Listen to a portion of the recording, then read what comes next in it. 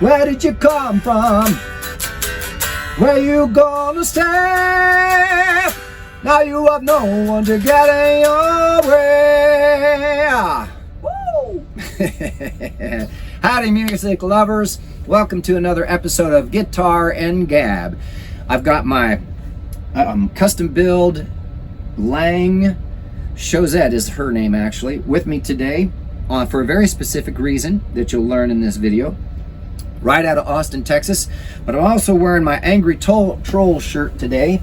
We're going back to Elkin, North Carolina this year, and I can't wait to see all of my friends there. Jeff and Beth, you know who you are, and Dustin, everybody actually. So that song that I was just playing is actually called Where Did You Come From? It's a Blakgraz tune, and you're tuned into Guitar and Gab. In this video, I'm going to be talking about another comment I got from a fella about playing electric guitar on videos without it plugged in. Let's get to it.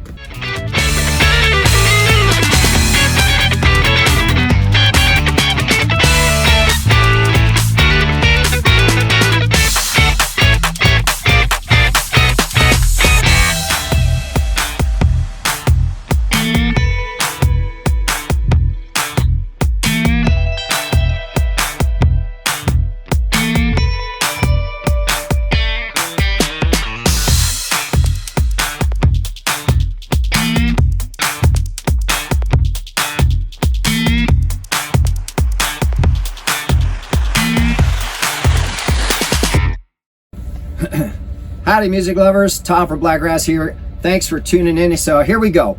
In this video, I've actually got notes again. This is becoming a habit. 444, that's a good number. So I'll say his username as best I can. John Watt OTCA. Oh, are you from California? That's kind of cool. He said, wow, I'm 74, an electric guitar playing pro and union member. Too bad. And I've never seen anyone make a recording or video with an electric guitar without plugging it in. Well, cool. I'm glad to be the first one. I'm excited actually to be the first one you've ever seen of a video that had the electric guitar without it plugged in. But even more, I'm excited that you just watched. Well, check it off his bucket list now. check it off your bucket list. So John, thank you for tuning in and thank you for the comment. Here's what I wrote back. Well, I definitely prefer plugging in. That's true. However, touring full-time and living out of an RV makes that tricky sometimes. In fact, it makes it tricky all the time. One of my biggest challenges right now is when I have a new song, guessing which patch I want to use, and then finding the time to set up everything, practice it with that patch, and make sure that it does what I need it to do. So that's kind of a challenge for me I'm working through. Also, I've found in the past that practicing without an amp on electric guitar forces me to listen closely to the instrument and every note I play, especially fast runs. That is very true. It's probably not the best approach for video, so I apologize to everybody who has bothered to even try and watch these videos, but has really helped with my technique. These guitars really ring too, so it can be fun to hear that. Thanks for stopping by. So John, yeah, that's why I chose this one. Since she's a semi-hollow body, you get a little more sound for the videos, so a little more comes through. And also I have a tendency to play really hard too. Now it doesn't have much to do with the electric side, I just get aggressive, and so I use very thin picks. As you can see, these are the 0.5s from Jim Dunlop Manufacturing. They're custom Blakgraz picks, and they're real super thin. And actually after a while I can't use them again because not only do the tips wear down, but they get too flimsy, almost like they get heated up as I'm playing, and I have to switch to get another one to get the right feel. But what I have really honestly noticed, John, is that especially when I'm doing hammer-ons,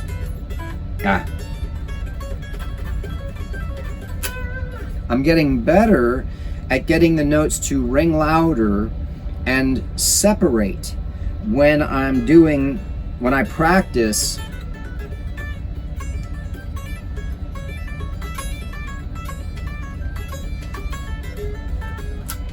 See, that might be a good example of why I need to practice.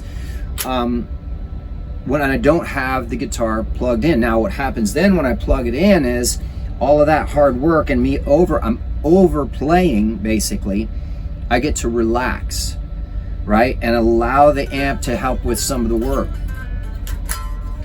But one of the things I've also noticed is that I get a different sound when I strike the string harder. And so I really kind of prefer amp sounds that give me more tone from the string itself and not so much from the amp tone or the reverb or whatever. Now, there's plenty of tones that I use that are distorted or crunch or overdriven or have compression and reverb or delay, wah a lot of times too. It depends on what the song is calling for. That's really what I shape my guitar tones around. What is the guitar asking, or what is the song asking for from me as the guitarist, as the rhythm guitarist, as the lead guitar player, as the bass player? I'm the bass player, I'm the drummer. So I'm always trying to think in terms of arrangement too.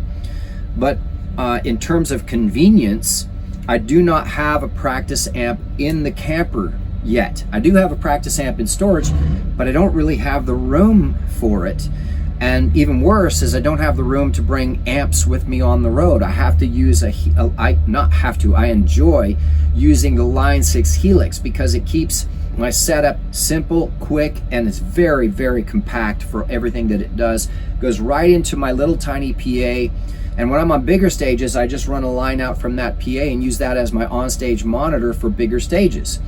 It's really convenient, it's easy to move, it's easy to set up. Now, John, like another video I just made about comments, as soon as I can afford it, I would love to haul around a whole army of amplifiers along with my army of guitars and still have the Helix and maybe other effects as well as part of what I do, right?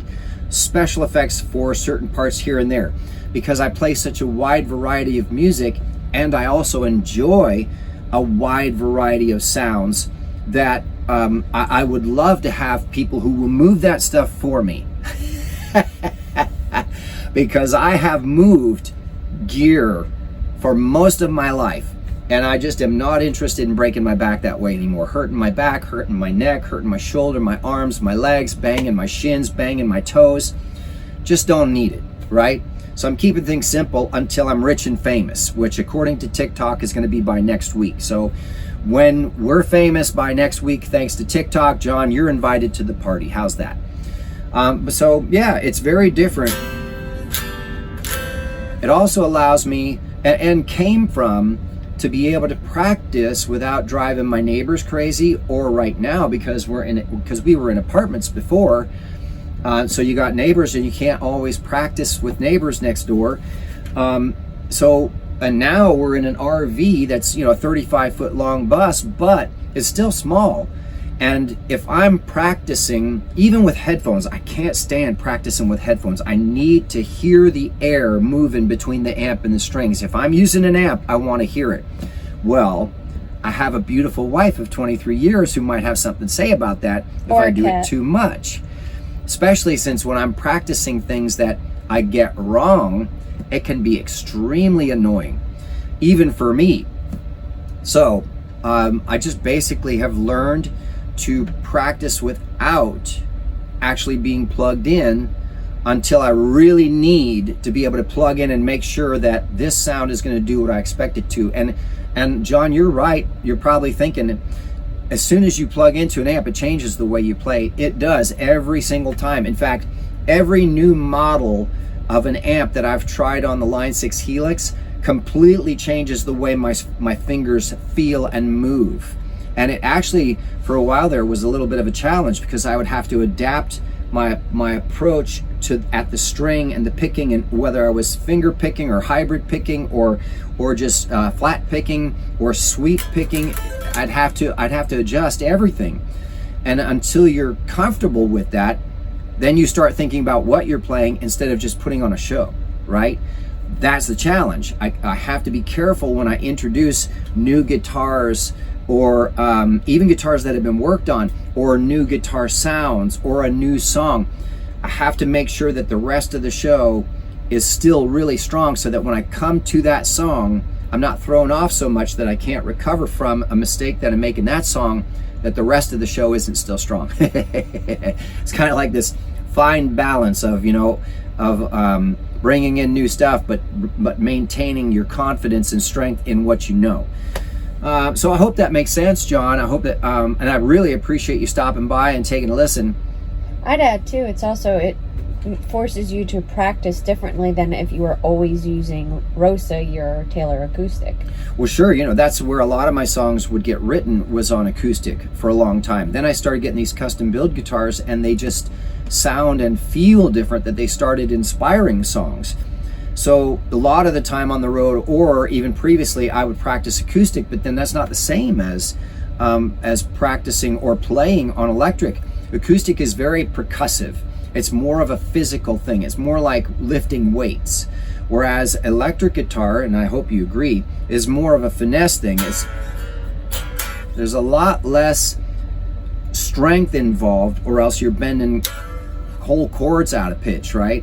It's more finesse, holding the note down at the right time and moving or just sliding just a little bit, or you're going for a big bend. But while that sounds like it would be hard to hit that bend, actually I'm not pushing that hard, I'm just lifting more. I used to push against the fretboard and lift, and what I've obviously learned was that it's way easier if you're not pushing so hard against the fret. It's a finesse thing, small muscle motor skill, right? Something that you have to just do over and over and over again. And the best application is, of course, if I'll put on my phone and I'll have a track that's actually playing, that I'm playing along with either a song that I've written or a practice track that keeps me in time.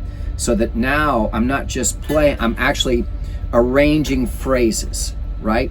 So even though I'm not plugged into an amp, I'm still thinking like a musician playing with a song, right? I'm not just running scales that don't mean anything. But anyway, I'm sure you know exactly what I'm talking about. You're obviously a pro, and I'm curious to see what you think of this video. So do me a favor and just comment again. I'd love to have more conversation with you and find out what you've been up to, and even better, see what you've done, and possibly share it with everybody that watches us too. So thanks for coming by. Well, I would add too, the one guy comment, not this guy who we were just talking to, another one commented about with you singing, and it's like, well, yeah, he's not modulating the pitch like what you're so used to on with auto tune and auto correct. So okay, what you're talking about is that other fella. So you're doing something right when you get haters, right? So thank you so much to everybody for helping spread the word, so much so that Blakgraz is actually starting to get haters. This guy busted on me for not being warmed up at the beginning of a video, and I was just like, screw it, just go with it, which happens, right? Sometimes you're just not warmed up enough, and your voice cracks, or you don't sound as good as you'd like. I mean, I still have trouble just listening to my voice at all.